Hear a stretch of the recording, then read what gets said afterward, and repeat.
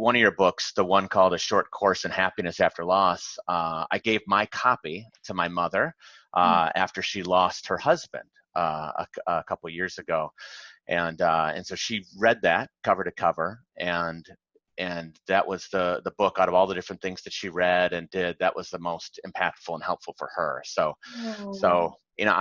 I wasn't going to give her one of my books. What do I have to say about this topic? But you have so much richness and experiences with this, and seeing it in your poetic words was far more powerful. That's what I thought would happen, and luckily I was right on that. So thank you for that. And she, I know, thanks you as well. Thank you.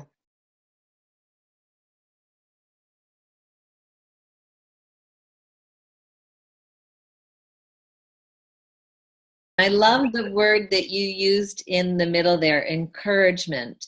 You know, coming from courage, which really comes from of the heart, right? That courage, bravery really is infused with the heart. It's a heart capacity. And that's where zest lives, is this understanding that we can choose to keep our heart limited, or we can choose to open it just a little bit more and bring more of ourselves to the moment. So thank you so much for that.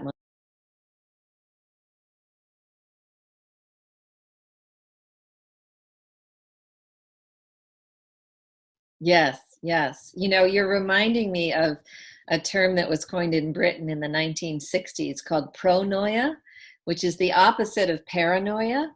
So pronoia is the sneaking suspicion that the universe is working for our own benefit behind our back.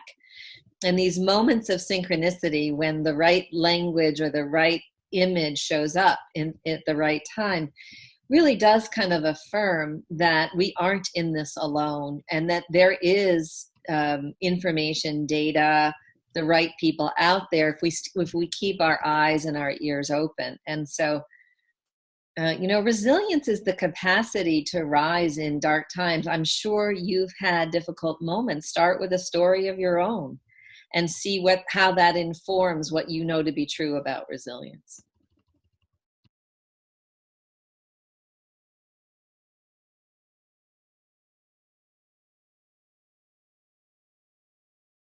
You know, this, I'm going to just take this to the archetypal moment, if that's all right with you, because this is a quest, the quest that you are on to find a way to be comfortable with yourself in your solitude it is one of the quintessential um, adult development quests, that in order to sustain a healthy whole life, we have, each of us at some times has to learn how to be comfortable with ourselves, by ourselves, in solitude. I personally found that excruciating. That was a long, hard journey for me. And so first of all, I just want to appreciate the magnitude of the quest. Secondly, how awful and how beautiful that you've been presented this opportunity through COVID-19, because as you learn to navigate this for yourself, your learnings are going to sustain you no matter what happens moving forward. And then to bring this back to the territory of strengths, what's interesting about connection in solitude is that the more we actually remain connected to ourselves through your top strength, kindness, like with kindness, compassion, gentleness, and appreciation of who you are, the softer the solitude becomes. It becomes less of a place of lonely emptiness and more a place of softness and resting, which is where we want to move to. So I would invite you to use that huge strength of yours and turn it toward yourself. What would be the kindest thing I could do for myself today? What would love for myself look like today? What would gentleness and sweetness look like for myself today? And then I would double dutch dare you to pair that with zest. If I brought my whole heart to this experience today, would I call 20 people or just two, but the right two? Would I write gratitude letters, or would I just draw a sign and post it on my window? Like, where's my enthusiasm and where's my kindness, and how can they find a way to live together?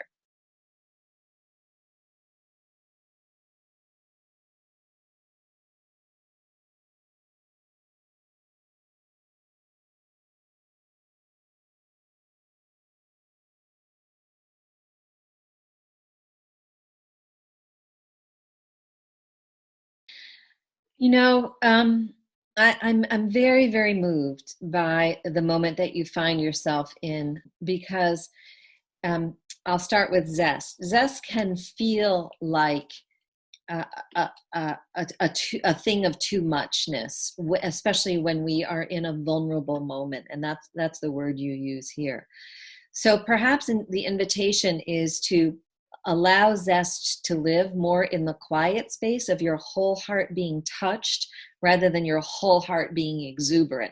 But allow your whole heart to be experienced in terms of what it loves, what soothes it, what calms your heart, and literally to keep your hand on your heart a few moments a day. That brings the essence of zest, but in a more quiet place. And then secondly, this struggling to rally hope makes absolute perfect sense. And because hope can feel like a hot air balloon. It's just so far away, which is why I love the model from Dr. Groupman, that it begins with first facing reality and then building in an and. And I would invite for you that the and might be those three questions that we talked about at the beginning. What will nourish me today? What might strengthen me today? What might inspire me today? And somehow by sort of linking this notion of the and to one of those gentler answers, I think you might begin to feel over time, not right away, but over time, like hope is coming a little bit closer, just a little bit closer.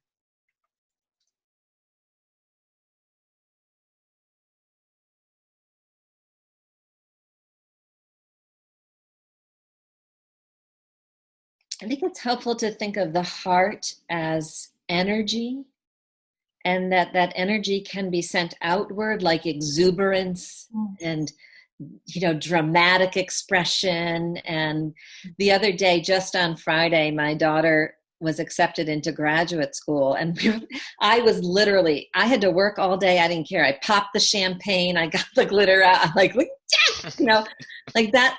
But bringing your whole heart to the moment also looks very much like bringing the energy inward, like we were doing in the metta, holding your heart, allowing the energy to be less like an outward flame and more like a burning inner light.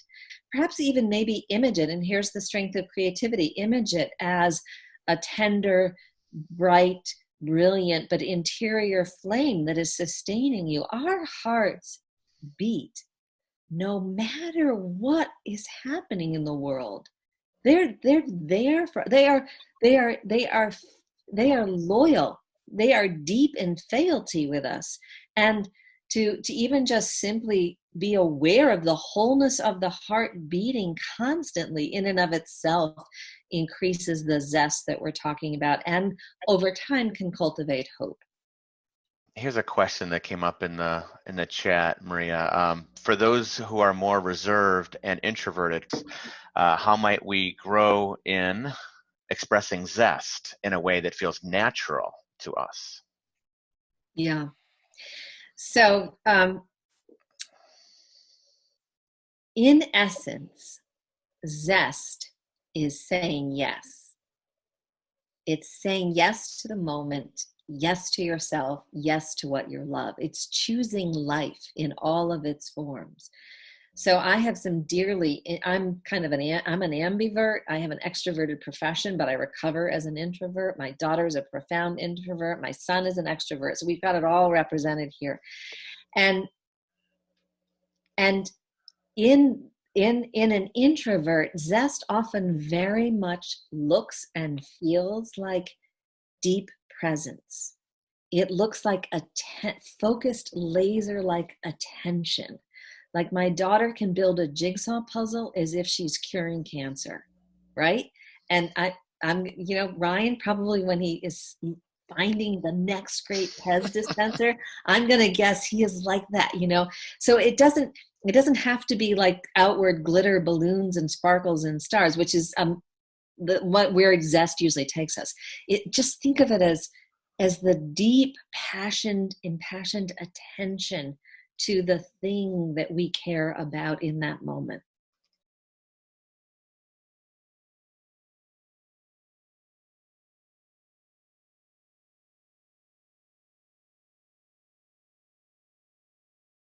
zest for me, which I'm quite high in, often when I'm most zesty is often when I'm actually most quiet.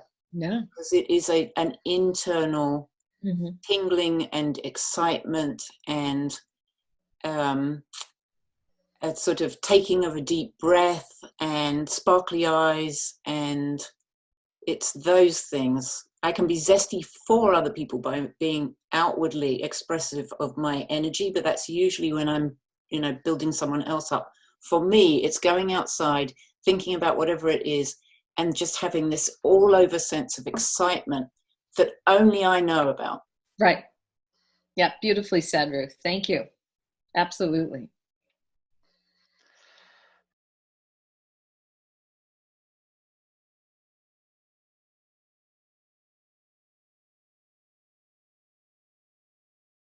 On the one hand, your experience living alone is, you're absolutely right. It is not the same as being in a house full of people and pets and feeling lonely, right?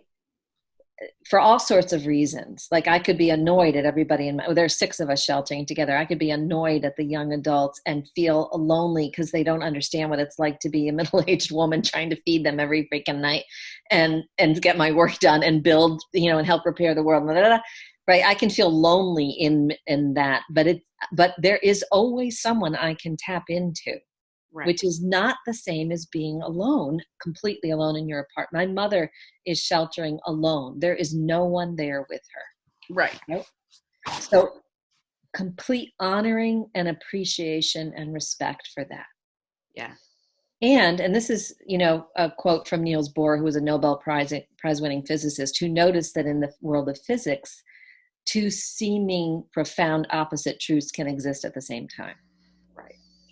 At the same time, one of the ways we disconnect from each other as a people is not appreciating that enough, I think, is that pain is pain is pain is pain. So one of the ways I see this in the oncology world is I had a woman choose not to go to a support group after the loss of her child because there was another person in the support group who had lost 2 children. Right. And she felt like her pain didn't justify, like it wasn't good enough pain, right? Right.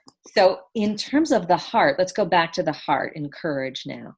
In terms of cultivating a heart that is large enough within ourselves to both honor and respect our unique experience and respect that there really is a difference, right?